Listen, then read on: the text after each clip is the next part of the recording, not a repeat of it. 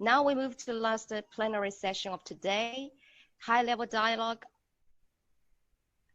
on building urban resilience to climate change, which is led by UN Economic and Social Commission for Asia and the Pacific. To open the session, I'm very pleased to invite the moderator, Mr. Kurt Garrigan, Chief of Sustainable Urban Development Section, Environment and Development Division, UN ESCAP. Kurt, over to you. Thank you very much.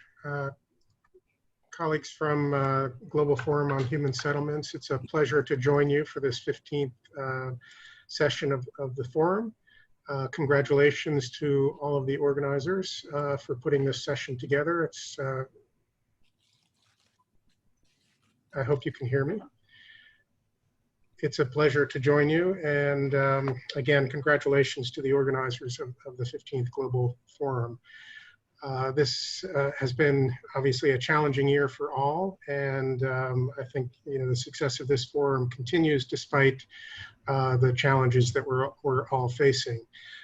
It's especially a pleasure to follow in a moderating role my mentor and friend Arif Bobala, who I've known for the last decade or so, and it's good to see him as well, if only virtually.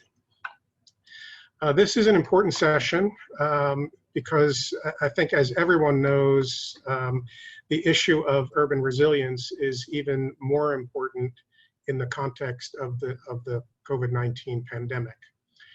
COVID has really exposed the critical need to increase the resilience of cities and urban areas much more broadly. I think, as many of you know, more than 90% of all COVID cases have been reported in urban areas. In many cities across the world, there are dense and informal settlements, inadequate housing and infrastructure, lack of access to water, sanitation, hygiene, and the infrastructure and shelter that is needed to allow communities to respond and recover from shocks and stresses, including pandemics. As we look towards the 2030 Agenda, the ambition of achieving safe, sustainable, resilient, and inclusive communities really relies on fostering healthy people, healthy environments, healthy cities, and healthy economies. So we have in this session this afternoon or this morning, wherever you are, some very prominent speakers who will start to address some of these issues. And let me introduce them to you, and I'll ask them to also start their video. Professor Anna Davies, who's professor of Geography, Environment and Society at Trinity College Dublin in Ireland. She's also a governing board member of the International Science Council. She directs at Trinity College an environmental governance research group. Our second panelist is Professor Jörg Lutherbacher, who's the director of the Science and Innovation section at the World Meteorological Organization, or WMO, where he serves as chief scientist. He's been the chair of climatology, climate dynamics, and climate change for 2 years at WMO, and the director of Department of Geography, member of the Center for International Development and Environmental Research at Judith-Leberg University in Germany as well. Our next panelist is Dr. Vandana Shiva. She's an author, scholar, and environmental activist. She was originally trained as a physicist and earned her PhD from the University of Western Ontario in Canada. She conducted decades of interdisciplinary research in science, technology, and environmental policy. In 1982, she founded the Research Foundation for Science, Technology, and Ecology at Dehradun, which was committed to independent research to address the most significant ecological and social issues of our time. She was identified by Time magazine in 2003 as an environmental hero. Forbes magazine in 2010 identified her as one of the top 7 most powerful women on the globe. She's a winner of many awards, including the Sydney Peace Prize in 2010, the Calgary Peace Prize, and the Thomas Merton Award in 2011. And we're happy to have her with us. Our next panelist is Mr. Sanjaya Bhatia, head of the UN Disaster Risk Reduction Office for Northeast Asia and the director of the Global Education and Training Institute at UNDRR. He's guided the training of more than 8,000 government officials globally. Prior to his current position, he worked as the head of the International Recovery Platform Secretariat at Kobe, Japan, where he developed guidance notes on recovery and supervised a capacity building program for national and local governments. Welcome, Dr. Bhatia. Councillor Susan Aitken joins us from Glasgow, Scotland in the United Kingdom.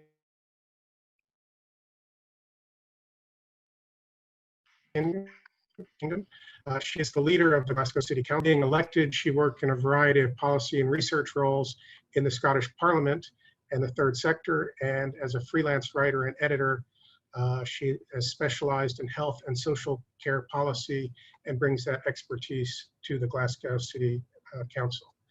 And finally, Councillor Malusi Bui, who's on the mayoral committee member for human settlements in the city of Cape Town, South Africa. He was appointed to serve on that committee in 2018. He leads the city's commitment to redress through the delivery of housing opportunities and is dealing with leading the city of Cape Town's efforts to respond to the fast rate of urbanization in South Africa as a whole. Welcome to all of the panelists, and we look forward to a very interesting dialogue with and among all of you.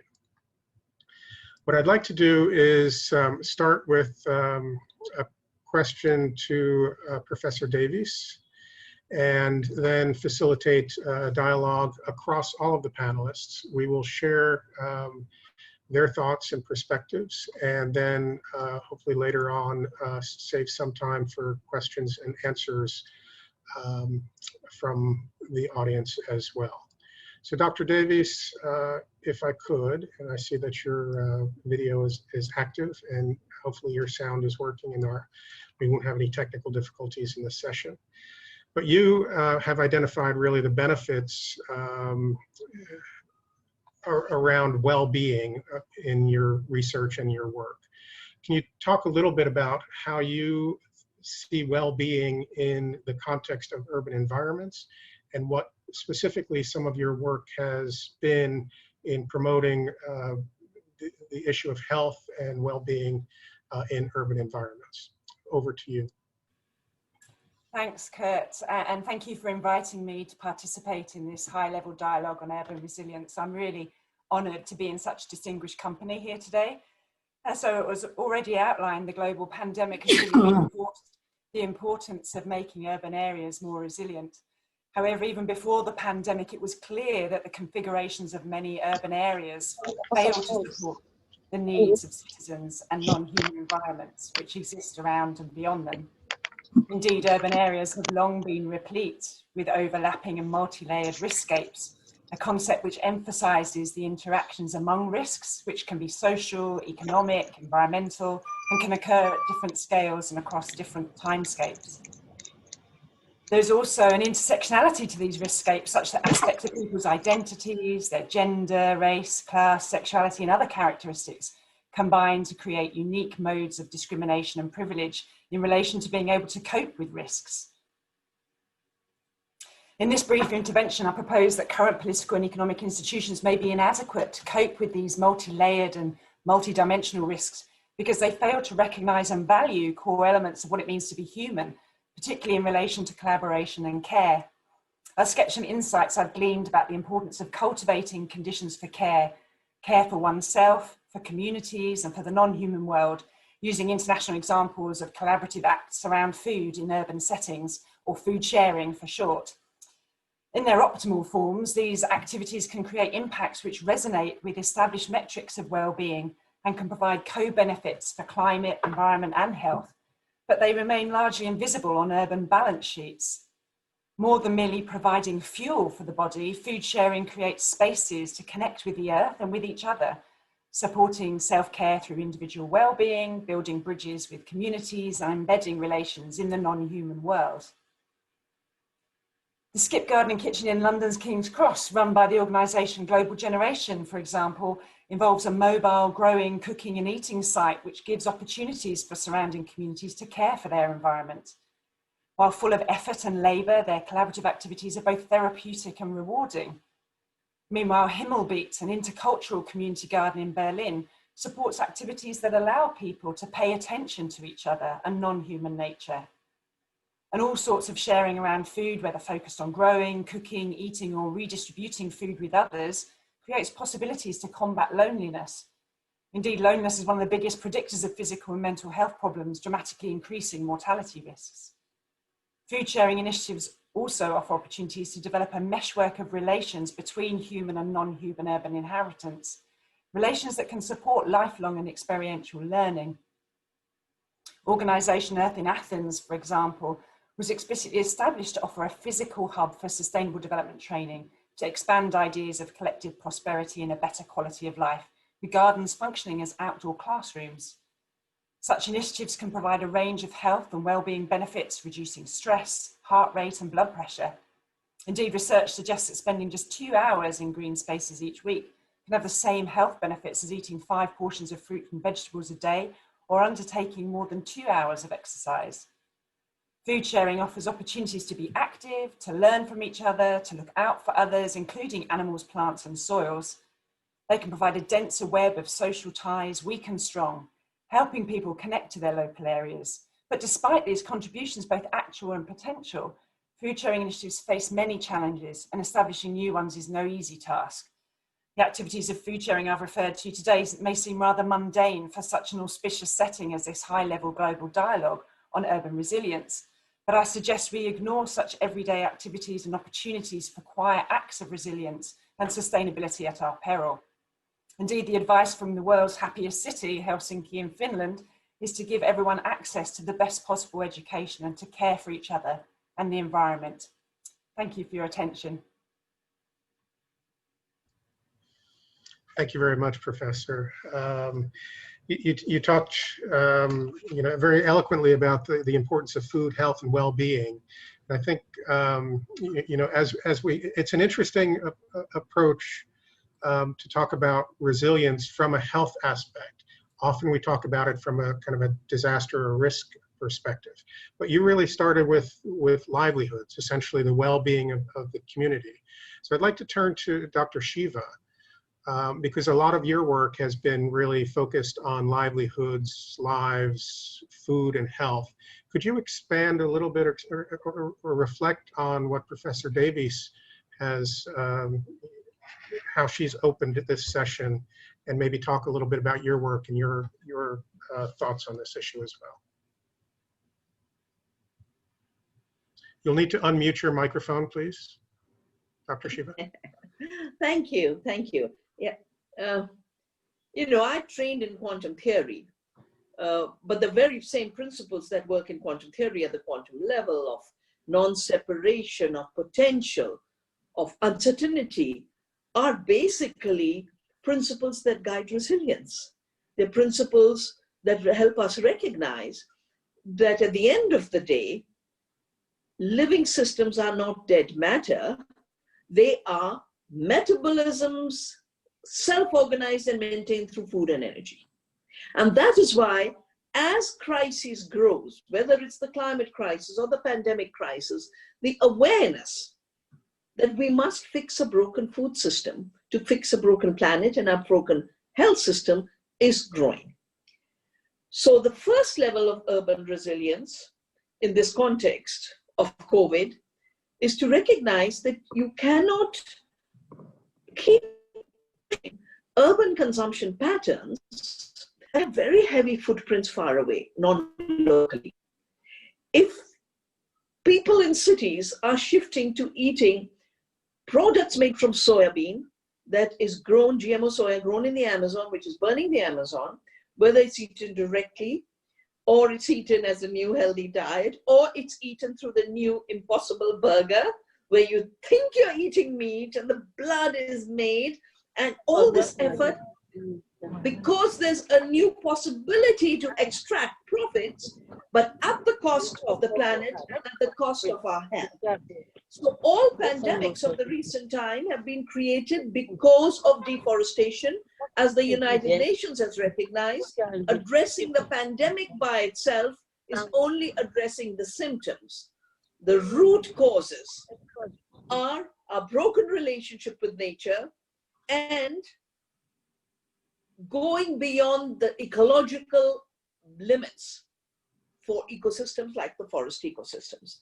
But the second lesson for resilience that we get from the pandemic and COVID is that same food system that has such a heavy ecological footprint has a very heavy health footprint directly on our bodies, because our bodies are living ecosystems and food is their metabolism.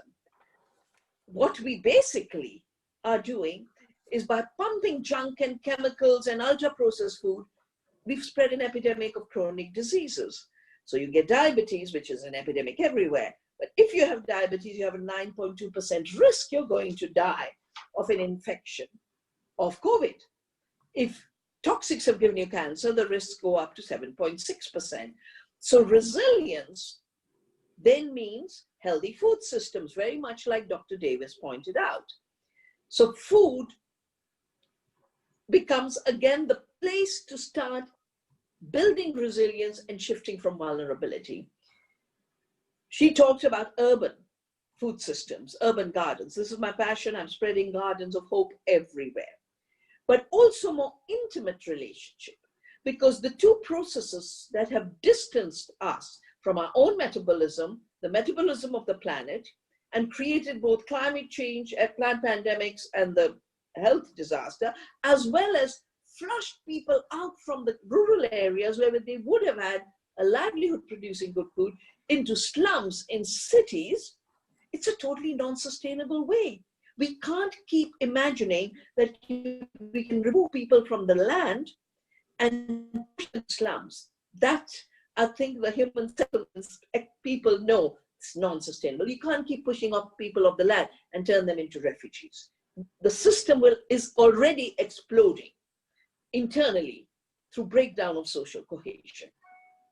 Every one of those people in the countryside is needed for care for the land, as Dr. Davis mentioned. Agriculture, true agriculture is care for the land. This is what my work has shown me over 36 years. So we need more intimate relationships between those who grow the food and those who eat. And I have called this food sheds. Just like we take care of the watershed of the city, it is now time in urban settlements to plan food sheds that create resilience of the members of the city, the ecosystems of the city, and the surrounding related hinterland. We are at a very exciting moment because we have the first time ever in human evolution a choice between extinction and regeneration. And the city is a place where we begin, because it's the consumption patterns from the city that are shaping everything else. Thank you. Thank you very much, Dr. Shiva. It's a very interesting perspective. I'd like to kind of shift that perspective now to one of the cities and see how some of these principles that both you and the professor have talked about are actually being applied or adopted by local authorities. So if I could maybe ask Councillor Aitken, if you could come in and talk about, how you see maybe this well-being approach. How does that link to a local economy, and what are the policies that maybe you're applying in Glasgow to leave no one behind, to improve the quality of life, and to address issues like just transition to low carbon economy? Thank you, Kurt. Very glad to be involved in today's high-level session, and hello to everyone taking part from the City of Glasgow here in Scotland. It's a great honour, particularly to be on a panel of such experts. I'm not an expert, I'm an elected politician, but I am a politician who is elected to represent some people who have been on the sharp end, both of the COVID pandemic that we're in just now, but also over a longer period of the impacts of climate change and the ecological emergency as well. As we see on a global scale, where it's people and countries who most experience poverty and deprivation, who are having the worst impacts, whether that's of the COVID pandemic or of climate change. The same is true in wealthier societies, but people living in poverty within those societies are the ones who are experiencing the worst and most acute impacts of COVID and of the climate emergency. That's certainly the case in the city of Glasgow, and it's not new. We've seen that COVID has exposed and exacerbated inequities, whether that's economic inequity or inequity related to issues of gender and of race particularly, that they have been very starkly exposed by the impact of the pandemic. But they have also been exposed over a much longer period by the impacts of climate change. Certainly in the city of Glasgow, our approach is that climate justice, economic justice and social justice are inextricable. They can't be separated, they go hand in hand, and we have to approach all of our policies and our activity around the climate emergency. We declared a climate emergency as a city last year in 2019, and we have adopted a target of 2030 to become a net zero carbon neutral city. That's an enormous challenge. We are a post-industrial city with many of the physical and social legacies that come with that. But our view is that if a city like Glasgow, which has those particular challenges and barriers, can make that move to carbon neutrality and do it in a way that is socially just, a just transition to both a low carbon, but also an economy that puts the health of its people at the centre, then really anywhere can do it. Because if we can overcome the challenges that we face, then other cities with perhaps better starting points, if you like, certainly don't have an excuse. I think that our approach, we have actually just published republished our climate emergency implementation action plan, which we have revisited in the light of the pandemic and taking that into account. And it has 52 actions, which obviously I'm not going to go into in detail, across 5 themes. But those themes, I think, really sum up what we all have to focus on, both in terms of responding to the climate emergency, in terms of recovery from the pandemic, but also that longer term work on equity, on reducing inequality and eradicating poverty, and in promoting a well-being focused society for everyone. So our 5 themes are community empowerment and communication, just and inclusive places, a well-connected and thriving city, health and well-being, and the green economic recovery. And as I said, we see all of those as being inextricably linked. None of them stand on their own. And they're also very closely aligned with the UN Sustainable Development Goals, which continue to provide us, I believe, with a platform and a framework which we should continually return to and continually measure our actions and the outcomes that we achieve from those actions against. There's been a lot of discussion about food already, and food is an enormously important theme for us. There are parts of our city still that are food deserts, where people struggle to get access to affordable, fresh food on a daily basis. So that's something that we're working very hard to redress. But I want to talk about a slightly different aspect of our policy, just one thing to focus on, which is heat. And affordable warmth. I'm talking from a city that is obviously a Northern European city. We're not a warm climate. We have a long winter, which is wet as well. Glasgow in the past had very poor quality housing, amongst the worst social housing in Europe. That has been transformed over the past 20 years in particular, and we are now a leader in in affordable housing, social rented housing, which is of an extremely high quality.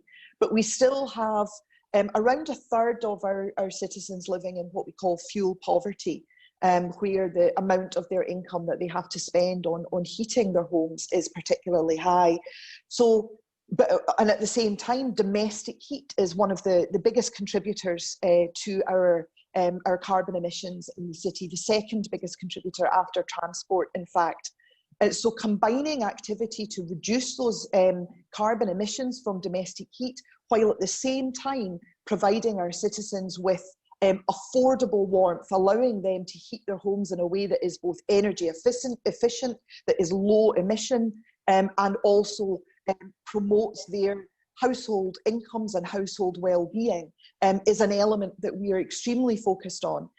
We have around 70,000 people in Glasgow living in our vernacular housing style, which are pre-1919 tenement buildings made out of sandstone.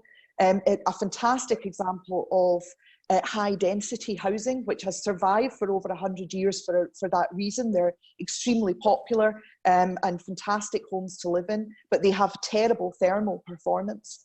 So a big focus for us is retrofitting those homes. We don't want to lose them. We don't want to knock them down and start again with something else. That would completely change the character and culture of our city, and we would lose so much from that. So we want to retain those 100-year-old homes, and we want to make them energy efficient to passive house standard, in fact, the highest possible level of energy efficiency that we are able to achieve at scale and at pace across those 70,000 homes.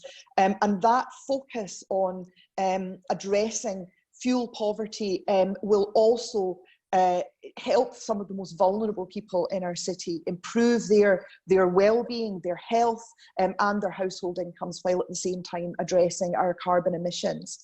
So there's many other things that we're working on, but I'll leave it there just now, because I know that we've got lots of other panelists to hear from. That's just one example from our 52 actions, but it's one of the things where I think cities can make that investment in people and in reducing carbon emissions at the same time. My final point would be that we often talk about climate change and addressing the climate emergency in the context of sacrifice, of giving things up, of changing our lifestyles. And that is, it's entirely necessary. We know that particularly wealthy people living in wealthy countries have to change the way that we live. We have to consume less and consume differently in order to address the climate emergency. But I feel very uncomfortable asking people living in poverty, and I am elected to represent people living in poverty, to change their lifestyles. I don't think that's fair or appropriate, and it's not fair or appropriate on a global level either. So we have that responsibility to address the climate emergency in a way that improves those people's lives. We're not asking them to sacrifice. They don't have things to sacrifice. They make too many sacrifices already. So we have that moral responsibility to ensure that our actions, both on COVID recovery and on addressing that climate emergency and reducing our carbon emissions, focus on improving the lives of the most vulnerable and the poorest, rather than asking them to give up what they don't have to give up, and make even more sacrifices than they do already. Thank you. Thank you very much, Susan, especially for your thoughts and perspective on a just transition. I noted one of the things that I noted in your comments is that climate, economics, and social justice all go hand in hand, and I hope that we'll have the opportunity to come back to that. And then you shifted a little bit the discussion also to housing and the need for shelter, heat, and affordable warmth. I think that maybe allows us to also move to Cape Town and Councillor there, Councillor Bui. If you could react to your fellow councillor from Glasgow and the just transition, how you see kind of these concepts of just transition and social justice in Cape Town, and specifically address how housing and adequate shelter contribute to achieving urban resilience. Good afternoon to all that are gathered here, and also to your high-level panel. I mean, we have a good panel of experts, and I'm very much happy to be part of this particular panel. I think also as getting an opportunity as the City of Cape Town to make some presentation at this particular platform, we welcome it very much, as we also have become a world leader in resilience after managing to avert a water day zero in the recent past, caused by the recent unprecedented and prolonged drought that has been caused by the climate change that we are today having a discussion on. And we have managed to get through it because of the strong partnership between ourselves as government, our residents who are customers, and also business who have played a pivotal role in making sure that we deal with this particular matter. And this will again be a golden thread required as we build urban resilience to this climate change. I mean, some of the big challenges that we face as a country, which is South Africa, are the high levels of poverty, inequality, informality, which is predominantly is caused by urbanization, which we would have experienced in the recent past.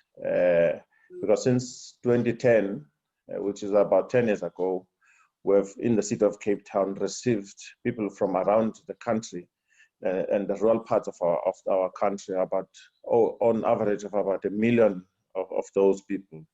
That's caused a severe strain, not only on our resources, but on our officials to make sure now that they participate in this particular exercise in terms of developing good strategies. And also it has been worsened by the COVID-19, which pandemic that has affected us globally. And as participants in the global arena, we've asked our executive management team to develop a rapid recovery response plan so as to resuscitate our economy.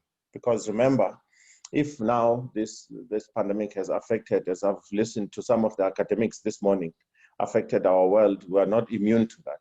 So as local government, at the coalface of our communities, we have seen the health, social and economic impact of this COVID-19 and the growth in vulnerability of our communities, particularly those who are living in abject poverty and who live in informality.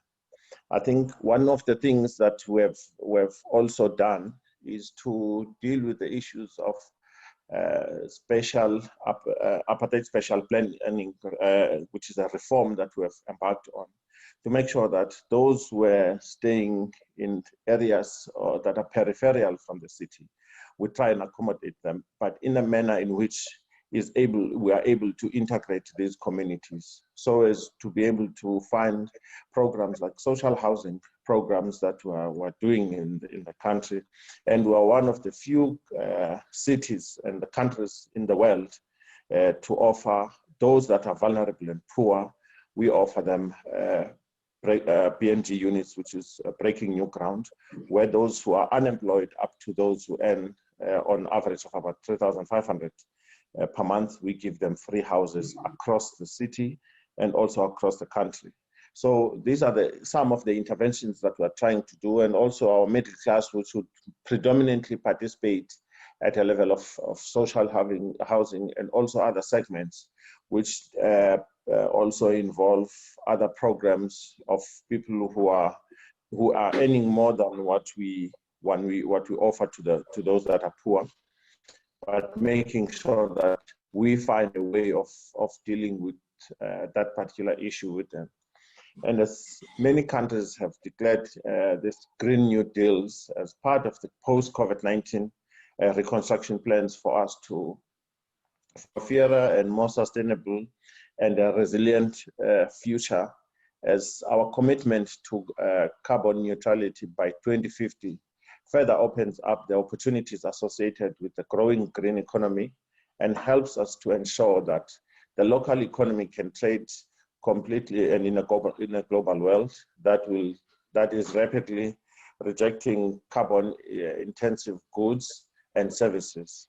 And also our draft climate change strategy is also currently on public participation, where communities around the city now are having their input so that it can come back to us as the City of Cape Town and make sure that we present it to our council. And this will happen in the next year, which is 2021, where it will culminate to us developing a city's climate action plan. The strategy confirms the city's commitment to taking the necessary actions to reduce damaging greenhouse gas emissions and of becoming carbon neutral, while also adapting and becoming resilient to the expected negative economic, environmental, and social impacts of climate change. Building urban resilience against the climate change needs an all-time approach as government, citizens, business, and civic organization. We work together. The transport sector consumes 64% of energy and accounts for 34% of carbon emissions in the City of Cape Town, and provides another key opportunity to significantly reduce the city's emissions. To become a lower carbon and more resource efficient, resilient, and equitable city, City of Cape Town must be remodeled with increased densification and mixed use in areas of economic activities, with model shifts to public transport and smarter mobility, such as electric vehicles and more efficient private transport. As a city, we have committed ourselves to the C40 group of cities, which is our deadline was 2020, and South Africa buildings programs to expedite the goals of the Paris Climate Change Agreement, achieving carbon neutrality and also increasing climate resilience by 2050. We are doing all that we can to help enable this future to feed Cape Town through retrofitting our internal resources, infrastructure, ensuring our housing and other developments are based on smart development practices, and providing guidance and mobilizing for all to join efforts to create smarter and sustainable cities. Insufficient access to energy resources by households is associated with poor social conditions and poor economic outcomes. Energy poverty is a complex and a citywide issue. It requires careful consideration and a holistic approach involving the application of spectrum of alternative solutions, options aimed at meeting the energy needs of the households using a variety of technologies, such as renewable energy and energy efficiency. Previous energy poverty relief interventions have included solar water heater installations, solar lighting kits, and also ceiling retrofitting in lower housing opportunities or areas. Low-income energy savings service options are being investigated to reduce energy poverty in ways in which are financial and environmental sustainable. In delivering a human settlement in the City of Cape Town, we are required to reduce 2% of our USDG, which is Human Settlements Development Grant, to pursue alternative building technology, which are environmentally friendly in the construction of low-cost housing programs, the ones that I've highlighted before, which is your breaking new ground homes. We're also implementing these IBTs to fast-track the delivery of housing upgrading in informality program as a key program of the city as it tackles the risk of informality. As a resilient city, there's a guideline, a principle in the integrating development plan to the City of Cape Town, and also the strategy which is fully aligned with the targets of the Sustainable Development Goals, contains 75 actions ranging from initiative to improve urban regeneration, developing a neighborhood resilience assessment, rolling out of adaptive management training for city officials, and using data for resilient decision making.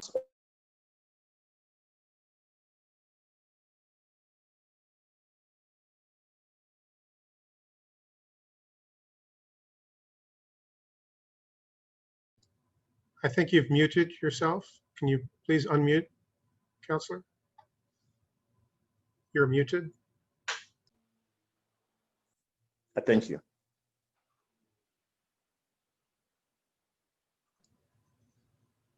Have you finished? Yes, yes, thank you so much. Thank you very much. I think I think the world watched as Cape Town approached day zero, and I think as the city has addressed that challenge as well as now COVID, you've talked about a number of kind of integrated approaches that look at low carbon development, that look at energy, transport, housing, protecting vulnerable populations. I'd like to turn in that context to Professor Lutterbacher. And if you would, could you talk about, what are some of the challenges and opportunities for integrated climate, hydrology, and environmental services to lead towards sustainable cities? You might comment on the Cape Town circumstance, and then maybe respond as well to some of the other interventions that you've heard. Professor, the floor is yours. Thanks very much, Kurt. Dear panelists, dear colleagues, also on my name, I would like to thank the organizer very much for the invitation, giving me the opportunity to contribute to this important event. So I would like to talk a bit about, as you mentioned, about the challenges and opportunities for integrated climate hydrology and environmental science for sustainable cities. And we heard already a bit from different perspective from Glasgow, from Cape Town, which was very interesting to know. I would like to focus a bit on another aspect, and it's about if we get more reliable and also better accessible meteorological and environmental observations, and also climate predictions. We heard already from previous speakers the importance looking beyond the current conditions, what expects us, what are the challenges, also the opportunities, which will allow for new opportunities related to new integrated urban hydrometeorological, climate and environmental services. Although such services are at the early stage of development and are yet still lacking full capability, in some cases, they already cover services from provision of multi-hazard early warning systems, for example, severe weather, flooding, air quality and health, and also provide some advice on urban design, planning and zoning that require local scale information, even at the city block scale. So we heard already a bit about from other towns how they deal with and how the connection actually work there. The urban services so far are usually within the mandate of city governments, but they require also information from regional and national scales. The provision and application of hydrometeorological, climate and environmental urban services are within the capability and capacity of many national Met Service and hydrological services. The delivery of these effective and also efficient urban services require integration, cooperation, collaboration among different scientific disciplines, urban professionals, various levels of governmental involvement, the public and private sector. And this has been highlighted also in the cases, for instance, from Glasgow and also in the case of Cape Town. There are clear and obvious benefits of integrated urban services. For instance, a higher resilience. We heard already about the importance of resilience building through multi-hazard early warning systems, the increase of sustainability through urban long-term planning, an increased capability and capacity through cross-cutting services, the enhanced efficiency through infrastructure cost sharing with partners, that's an important part as well as provision of effective services through partnerships. However, there are also challenges and open scientific technological questions relevant to the realization of successful integrated urban services, which will remain and which from the scientific point of view and from other point of view, technological point of view, we need to address. For instance, how to observe and use measurements in urban areas in an optimal way. How are urban characteristics representative in climate models to understand also the processes, the interactions, the underlying dynamics? How do urban areas feedback on weather, climate, weather environment? So it's not only that cities are experiencing climate change, the influence of extremes, but it's also the feedback back from the cities to weather, climate, and environment in a feedback loop. And how to optimally develop and evaluate integrated decision support system, and how to best target and customize delivery platforms, and how to best communicate strategies and also risks. Tomorrow, Friday at 8:30 in the morning, Central European time, the thematic forum 3A, organized by the WMO, will outline the development of integrated urban hydrometeorological, climate and environmental services, their implementation opportunities and challenges. So they will provide some new elements and also scientific understanding, including science, city science partnerships. And they will also introduce some case studies from France and China. So if you want to hear more, understand more on this topic, I would very much invite you to participate tomorrow, the first session 3A in this great event. Thanks. Back to Kurt. Thank you, Professor. Very much appreciated your intervention and your perspective.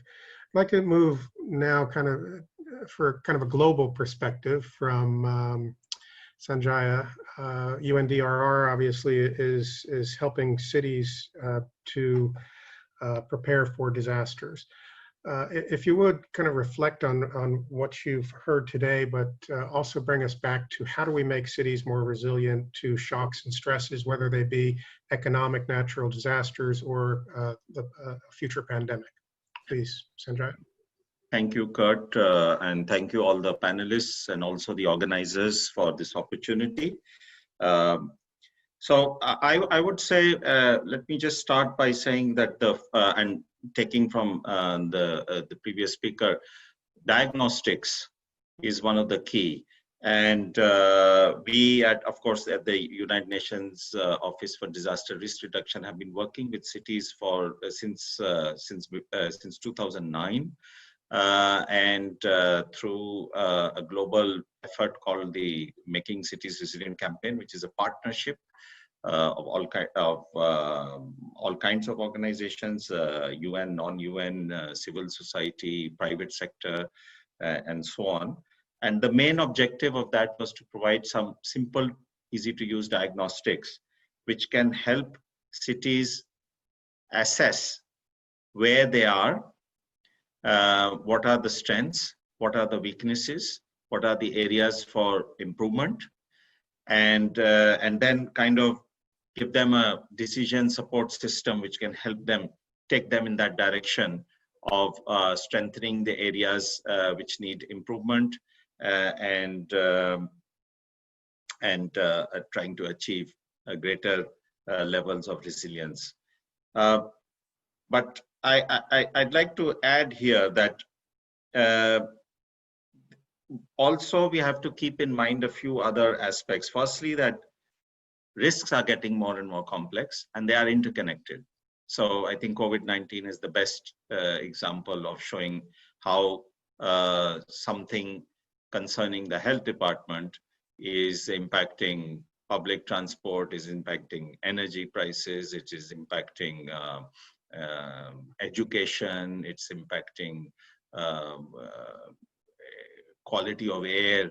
So all these different pieces are all interconnected.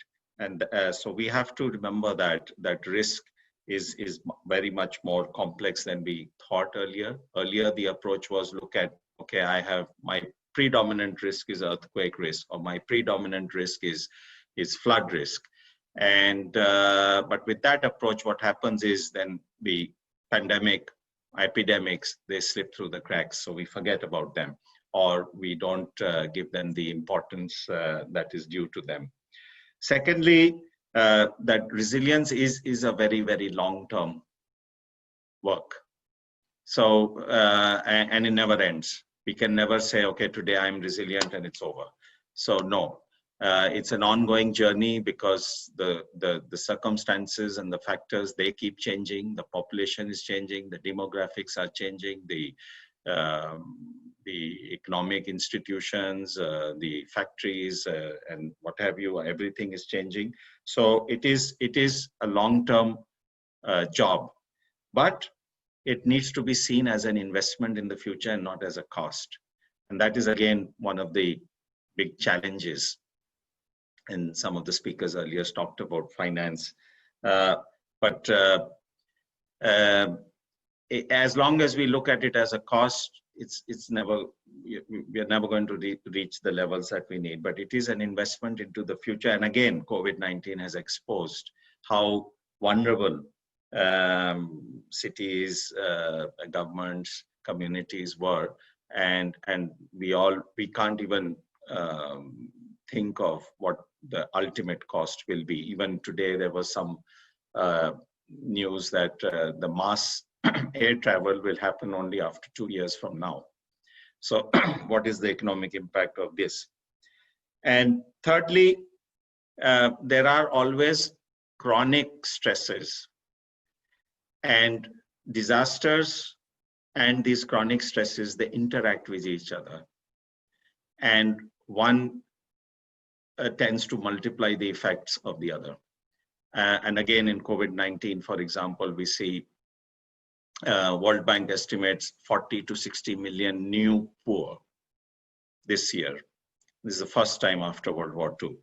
So 40 to 60 million new poor are going to be there in this world, and the governments and everyone has to now look at how to bring them above the poverty line. So we were working on poverty reduction for so many years, and now suddenly we have 40 to 60 million new.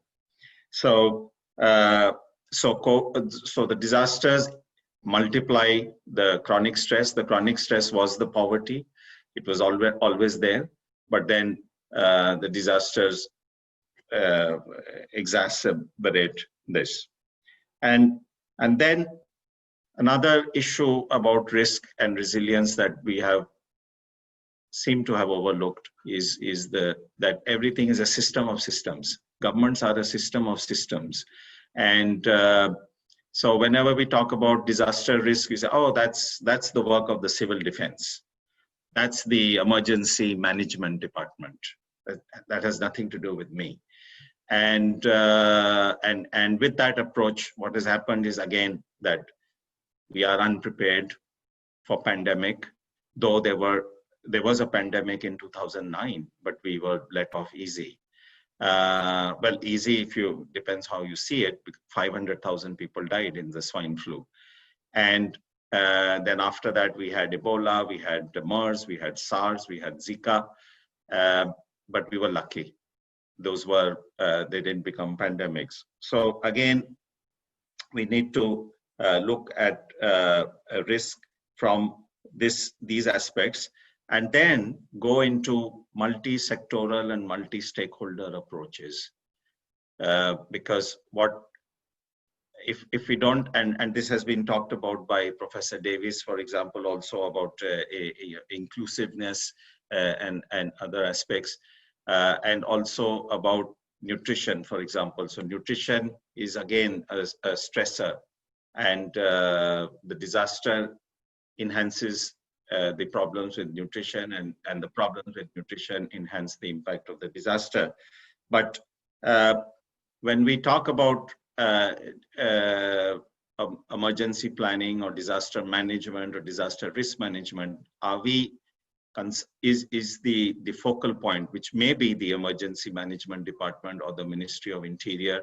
Are we consulting the health department the people dealing with nutrition, the people dealing with social housing, the people dealing with community development, the people dealing with economic development. So we need all of them around the table, and this dialogue has to be done with all of them. And I think one more point that I would like to say, and it was kind of alluded to by Dr. Vandana Shiva, that we have to also relook at how we are looking at growth and what is causing that. So for we had done a study in 2000, way back in 2013, which is known as the Global Assessment Report. It comes out every 2 years. And in that, what we found was that at that time, the world's population is 1.5 times its capacity. So we need to create jobs, and we need to create jobs no matter what way we do it. So just construct or manufacture automobiles, which creates lots of jobs. So that is happening because we have 1.5 times the capacity of the earth we are consuming. So it is not sustainable. So we have to look at all these issues, and when we talk about stress, we talk about risk. So even the increasing population, the need for increasing availability of jobs, all of these factors are also increasing the chronic stresses, and they are also increasing the climate risk, and of course they are increasing the disaster risk. So I'll leave it there for the time being. Thank you for the opportunity. Thank you very much, Sanjay. I think you kind of brought the discussion full circle, because you talked about, we started with Professor Davies talking about health and food and well-being. We then moved and talked somewhat briefly on energy and low carbon development, transport. And then you introduced kind of the multifaceted riskscapes. So I'd like to come back to Professor Davies. If you could please reflect on what you've heard, and are there any questions that you have for one or more of your fellow panelists? Thanks, Kurt. Yeah, no, we've covered a lot of ground there, and I think we could probably talk for many hours about the issues that have been raised by all of the speakers, all of which are significant and important. I have a question for Susan, actually. It's interesting that many locations, including Ireland, have declared a climate emergency and the need for a just transition. It's often hard to operationalize, measure, evaluate whether trajectories are really just. And there are many definitions of what justice might be. So it's great to hear about the work that Glasgow's doing in this area. And I just wondered if you could give some ideas about what other cities might learn from Glasgow's experience, obviously recognizing that every place is unique. I think and thank you for the question, Anna. Yes, I think our learning really is about looking at these long-standing challenges that we've had in the city, and then looking at how our responses to climate change isn't a new challenge, but it's relatively new that governments both at state and local level are getting their act together, if you like, to respond to the climate emergency and to put coherent policy structures in place. So for us, it is about saying, okay, how do we combine both of these things? It's not the case, and it can't be the case that we say, right, everything is about climate now, and we just forget about all the other stuff that we've been focused on for decades in some cases. And it so happens that Glasgow's long-standing social and economic challenges are really closely linked to the solutions for climate change as well. So we have issues around chronic ill health in a fairly substantial section of our population, which excludes them from economic activity. One of the drivers of that ill health is poor air quality, for example. So in addressing emissions, we're also directly addressing those health challenges. And we've established a low emission zone in our city centre, which is at a relatively early stage, but seems to be demonstrating some success and progress already. Skills is another area. Again, a section of our population who have no or very few recognised skills or qualifications, quite a high proportion in relation to comparable cities in the UK and in Europe. Getting those people skilled and making sure that they've got access to the jobs that are going to be created as part of the new low carbon economy, absolutely crucial. So again, it is combining that our long-standing social justice challenges and the approaches and solutions for them, understanding how we link and align those with our activity to address the climate emergency. And as you say, that will be different for different cities, but everyone has challenges. You know, they might not be exactly the same, but there isn't a city in the world that doesn't have economic and social challenges.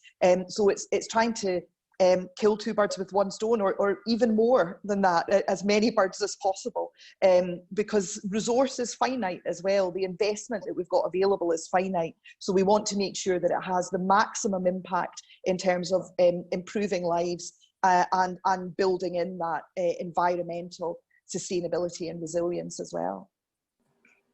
Thank you.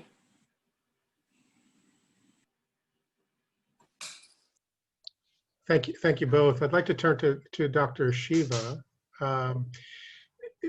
You know, as the counselor just mentioned, all cities are facing, you know, environmental social challenges, and in the context of the COVID pandemic, more advanced or more developed cities maybe have a head start. But where would you say that, you know, cities looking to recover from the pandemic, where do they start? What would you say are kind of the building blocks for recovery? Well, the cities are not separate from the country. And this was the first metabolic rift that Liebig talked about, yeah, when he talked about recycling. You know, he's the father of modern chemistry.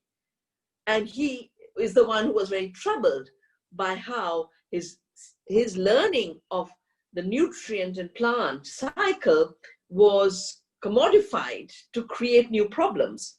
And he talked about the metabolic rift between the city and the country. So first is overcoming this metabolic rift for two major reasons. First, that today's cities are actually getting the refugees of the countryside. I know it for my country. Yeah, before globalization, the economy of the rural areas worked fine. The systems of food production and agriculture were such that you could be in a village, make a decent living, send your child to engineering school. My own mother, as a farmer, sent me all the way to PhD. But after globalization and all its unfairness and the WTO treaties and free trade, and I won't go into that depth, but basically it made agriculture unviable. And now there's discourse of removing all farmers on the land and having digital agriculture, farming without farmers. So imagine the fate of the city if every farmer from the countryside is flushed into the city. Think of the settlement. What will it look like?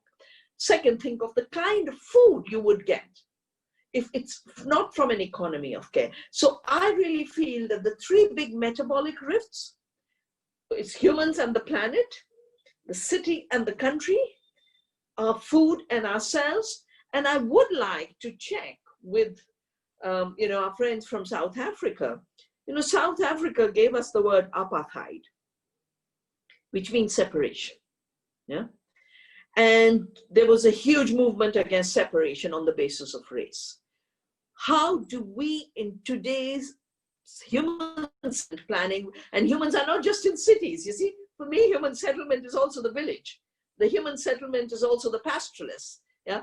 So human settlements are of all kinds of diverse varieties, but how do we overcome the apartheids, the new apartheids? Dr. Davis talked about inequality. The counselor from Susan talked from Glasgow about the brutal poverty. If you look at here the data from all the others, the World Bank, the ILO are talking about a huge increase in unemployment and poverty. Now, if you think of the fact that there are many, and I follow them, I do studies on them, I've just released a new report, who say the future will not have place for all these people. Yeah? And I see this as an economy of disposable people, but at the same time, where public systems, local democracy, running cities, in terms of responsibility, that is weakening. When you get both of those phenomena together, what will be the fate of the future city is related to what will be the fate of the future countryside, and what will be the fate of and what will be the fate of our employment, and what will be the fate of the work we do. Because I'm a physicist and I know how badly misdefined the idea of work has been. Work is the capacity to work, and work is not just having a thermodynamic engine and an internal combustion engine run on coal to do work. You see, the mechanization of work alienated our capacity. And this is at the root of the beginning of treating humans as not needed. And with robotics and artificial intelligence, it is very important to think of where will meaningful work come from. So healthy food and meaningful work are, for me, the two preconditions of cities that are livable and then resilient. Thank you. Let me then turn, because you mentioned the work in South Africa, and Councillor Bui, if you would kind of respond to what you've heard in all of the discussion, and maybe, you know, how is Cape Town moving forward? What are your building blocks? What are the next steps that the city will take as you plan your recovery? Thanks, Kat. I think, as I've alluded in my presentation, that our executive management team and also MACO has approved our recovery plan. Part of the elements that are involved in that is make sure, because it has now done an assessment on our readiness and also the capacity and the reliability of our healthcare system. And this has challenged us in a number of ways, where we had to, at some particular point, recapitalize some of our projects and make sure that we invest a lot of the infrastructure, where we tend, even one of the biggest international centers in the city of Cape Town, to a hospital site, where we had to deal with and assist more than 800 people who had COVID-19 pandemic. But also part of the plan now going forward is to make sure that we assist as government as much as we can the small businesses, because small businesses, they contribute immensely to the economy of any country. So we are going around the city, finding a way to our economic development unit, how do we best assist your local businesses and small businesses in retail, in agriculture, etc. As some of the academics here and experts have indicated that it's important for us to deal with issues of food security, because at the end of the day, there's, as Shiva was saying before me now, there are huge disparities in the city, and they're informed by our history. And so that's why you'll find that there are people who have and they have not. So we need to bridge that gap. And this particular period or the last 6 months of the pandemic have stretched that even worse. So we have to make some interventions there around food security, and how do we best now also get to people back on their jobs. Is for us to resuscitate those business and assist them. And the ICT sector then becomes at the center of this, because as you have heard some of the experts, they are also attributing that the ICT sector has assisted us immensely in terms of us coordinating around the world on what was happening, and also the information that we're receiving, and how best do we deal with the pandemic as it confronts us. But the most important element, what is that we want to achieve, particularly as a country? We want to strengthen social cohesion through these particular programs, because for us to have this the social cohesion, we need to strengthen all these issues that I've highlighted previously, but mostly that we bridge the gap now between those who have and those who have not, so that you can't find people now all of a sudden they're sitting at home, because it has affected majority of our people, as currently we have a huge number of people that are unemployed in the country, and this has contributed immensely, but we're trying to make sure that our recovery plan deals with that. Thank you so much, Kat. Thank you. Thank you. I'd like to move to Sanjaya. You've heard a number of your fellow panelists talk about disparities and kind of the inequalities that are kind of emerging as a result of the pandemic. If you could respond to that, and how do you see the urban resilience strategies helping cities to overcome some of those inequalities and help kind of vulnerable groups or communities in the future? Yeah, thank you, Kurt. I think, well, just going back a bit in time, 2015, we had this the World Conference on Disaster Risk Reduction, and with all the countries there, and that was the first time when in this kind of conference focusing on disaster risk reduction, which was considered more of a national level topic.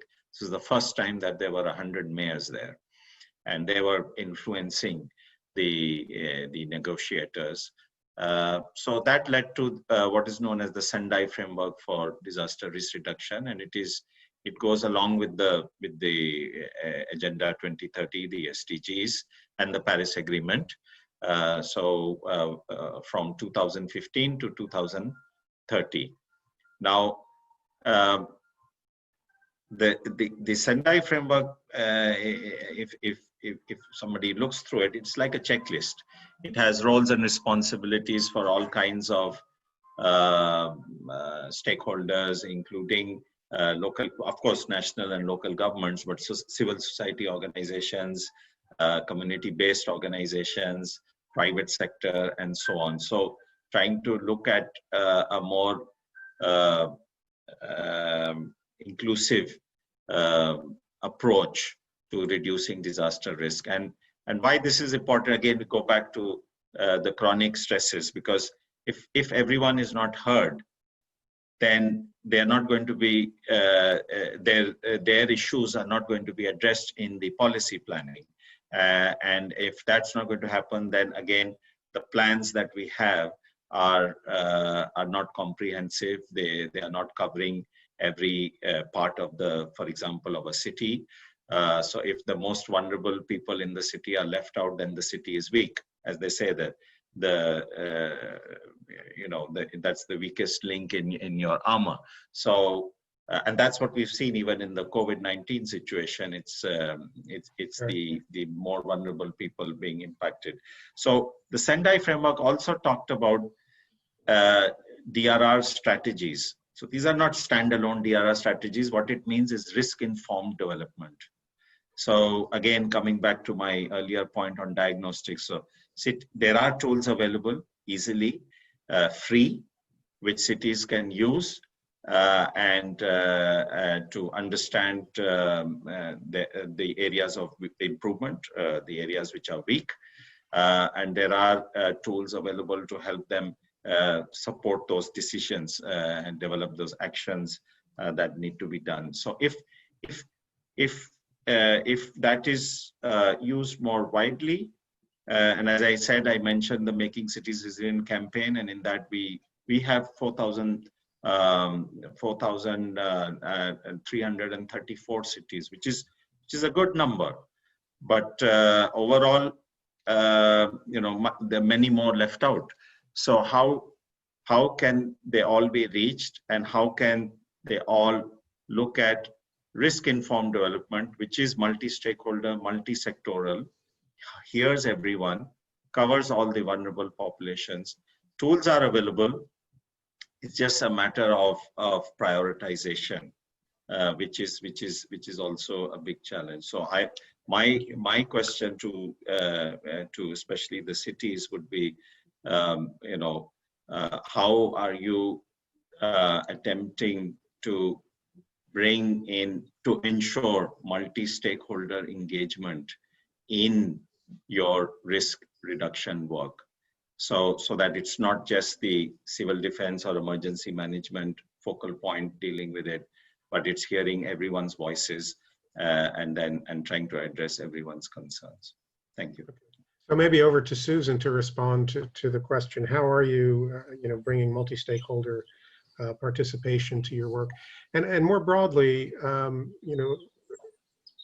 Sanjaya mentioned the Sendai framework. How are cities using these kind of global frameworks and global agreements to guide some of their local decision making? Are they drivers? Now, Glasgow obviously is in a unique position because you're hosting COP26, and so you're obviously not only a leader among cities, but really obviously very well connected to the ambitions of the climate agreement. But more generally, how are cities using these global frameworks to guide their work? And if you could just be brief, we have about 10 minutes left, and I want to get some questions from the audience as well. I think the UN has reflected this as well in its work. Just a couple of weeks ago, in fact last week, I attended a day of mayors at the UN where dozens of cities were represented.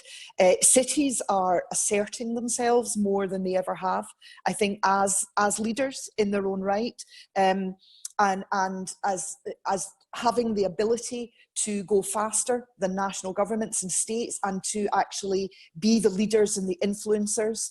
In terms of climate change, that's incredibly important because cities are where the people are, so that's where most of the emissions are. So we can make the biggest difference through actions in cities. We can move at scale and at pace in terms of reducing emissions. And I think we're seeing more and more in the context of Europe as well. The Eurocities Alliance is asserting itself within the United Nations, within a whole number of areas. Cities are saying, we're not going to hang around and wait for national governments. We're going to forge ahead with this. But what we want national governments to do is get behind us and make sure that the legislation and the resources there to allow us to lead the way. And these kinds of frameworks that are available to, I think, allow cities across the world to align in that work. So that we're not just acting on our own. I'm very clear that although we are incredibly honoured to be the host city for COP26, Glasgow will be one of a network of sister cities, if you like. And the kinds of frameworks that Sanjaya referred to are incredibly important in making sure that cities are able to align and to speak with a shared voice in many ways, and to make sure that then our impact and our influence on national governments is and not just national governments, on the private sector, on business, on industry, on academia, all of the partners who are going to be absolutely essential to achieving these goals. Thank you very much. And now, since we're really talking about kind of climate now, I do want to come back to Professor Luttenbacher to talk really about climate and urban resilience, and what are the actions that cities are taking. Can you talk, maybe respond to what you've heard, and provide some guidance really to cities in urban resilience and climate resilience at the local level? And again, if you could try to be brief. Yeah, thanks, Kurt. Actually, Sanjaya and Susan, they raised an important issue about partnership, and there's also an important aspect in terms of partnership between science and government actors, for instance, for the development and utilization of integrated urban services. So what is needed is the identification of relevant and powerful partnerships We heard a few examples before already. And these partnerships are based on trust, mutual understanding, how to best create and deliver weather, climate, hydrological, environmental services with special emphasis on cities. Also for risk reduction, as we heard previously. Understanding the needs of users and the capabilities of the partners require early engagement with a range of stakeholders. And we heard from Susan in terms of Glasgow how this works and this interaction. Because they provide and use also science-based information, infrastructure, and expertise from a wide range of different stakeholders for the decision, which affect urban scale policy at short, medium, and long term. In particular, elements of these integrated urban services may be provided by also universities, national research institutes, National Meteorological and Hydrological Service, other agencies, organizations, volunteer works, and of course, the private sectors. So it's important to engage and involve city stakeholders from the beginning to identify how national meteorological and hydrological services and their partners can enhance their services and use their expertise to address specific requirements with respect to urban areas. And this is done through permanent and sustained dialogue that helps to identify and prioritize the needs for weather and climate information and tailored products for the decision-making and context of different users in the city. And with this short intervention, I would like to give back, given the time restriction we have, Kurt. Thank you very much. I don't see any general questions in the chat from the audience. Sanjaya, there's a question directed to you that says, if human population is 1.5 times the world's capacity, what and who defines the world capacity, if not humans, in the way they transform the environment? That may be a much broader discussion than you have time for here, but you might respond in the chat box to that particular question. I would like to give each of the panelists an opportunity to just give their final thoughts on urban resilience, what it means, and what are some of the related actions. And if you could do so in 30 seconds or less, and I'll start again in the same order. So Professor Davies, please. Thanks, Kurt. No, you raised some really important issues. I think that the later conversations we had here around networks and partnerships are really important, but we also need to recognise that there are uneven power relations within those who are being asked to participate and engage, and recognising the familiar kind of common but differentiated responsibilities and capabilities is really important. And I think we need to look to maybe deliberative fora beyond the existing spaces. So for example, I talked about collaborative actions around food, and certainly they create more deliberative and relevant fora for engaged, inclusive decision making. And that improves the quality of decision making, incorporating broader range of views and expertise and helping to build trust in processes and buy-in to the outcomes. And such engaged communities are really imperative, I think, to securing strong social mandate for continuous change beyond the kind of COVID style emergency measures that we're currently experiencing in many places. So recognising the importance of networks and partnerships, but also recognising these common but differentiated responsibilities and capabilities is important. Thank you. Dr. Shiva, 30 seconds if you could. Yeah, we are living through a period of emergencies, and therefore it is not surprising that risk is the driving factor in discussion. But for me, I've been involved in ecological research at the systems level for now 5 decades.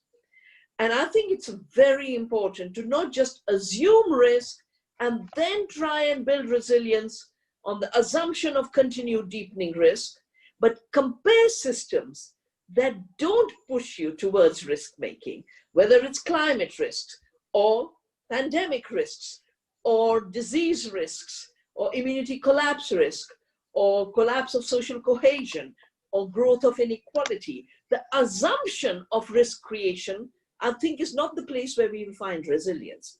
We'll find resilience by looking at systems in comparison that do not promote these breakdown factors, and then promote those systems Simultaneously, of course, if someone's getting flooded out of their home, you've got to do things about it. But you also have to do something about not creating new floods. You have to do something about not creating new pandemics. You have to do something about not creating new chronic diseases. And this, the dual work of understanding living systems in health and well-being, human settlements in health and well-being, while we look at the risk factors of today, is very important for a future. Otherwise, we are on the way to collapse, and we'll just be addressing one crisis and the next crisis and the next crisis, and then we walk over the precipice. Thank you. Susan, your 30-second intervention, final intervention. I would echo much of what Professor Davis said, I think particularly around making sure that people who have been historically disempowered are not more disempowered as we move forward on this agenda.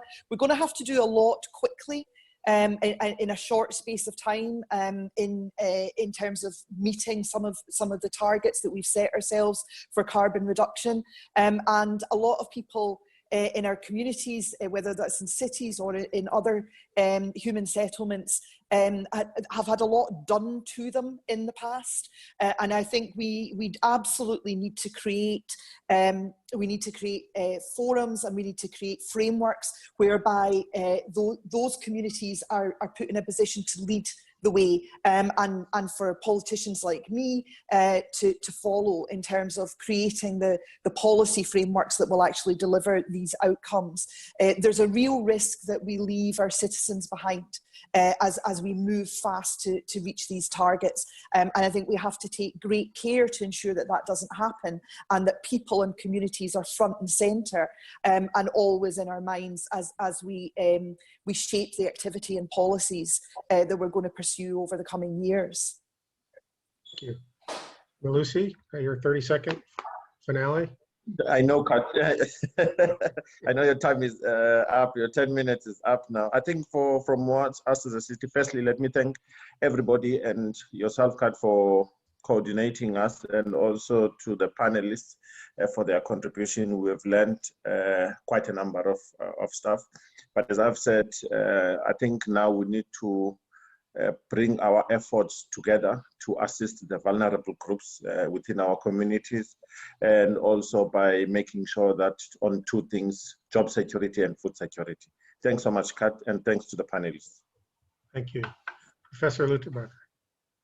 Yeah, thanks very much also from my side. And I think this resilience community building is really a key to start first, better understanding of the various risks on different time and space scales, including impacts, climate change, economic shock, pandemics, natural disasters, and then the action, what we heard already a few examples, to create partnership and policy framework and in an interdisciplinary framework to address the issues. Thanks very much.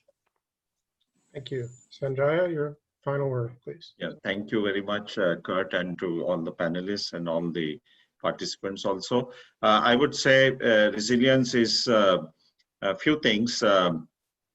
Firstly, it's long-term, no shortcuts, no throwing small bits of money here and there in the name of achieving resilience, be it from disasters or climate. It is also learning from the past and using those lessons for the future. Resilience is thinking the unthinkable and being prepared to live with uncertainty. And it really boils down to common sense. Thank you. Thank you. I don't think I could add anything to that, Sanjaya. I know we are out of time, so ordinarily I would ask the audience to give a round of applause, but I don't know how that works in a kind of a virtual setting. But so let me just thank all of the panelists for your great perspectives, your time and attention, and the dialogue this afternoon. It's been a rich discussion, and you all bring a kind of a wealth of experience to this forum. And I think we all understand the challenges going forward, not just for cities, but in the overall pandemic recovery. And so I wish everyone the best of luck, stay healthy and safe. Thank you all very much. Thank you. Thank Kurt. you, Kurt. Thank Turn it you. back over. Thank you turn it very back much. over to Thank Steve. you, Thank you very everyone. much. Thanks, So Back on over to everyone. behalf Bye. of the organizer, thank you very much, Kurt, for Please. leading this excellent discussion, and a great thanks to our panelists for your expertise and insights. Ladies and gentlemen, thank you very much for being with us for the opening high-level dialogue and a keynote session.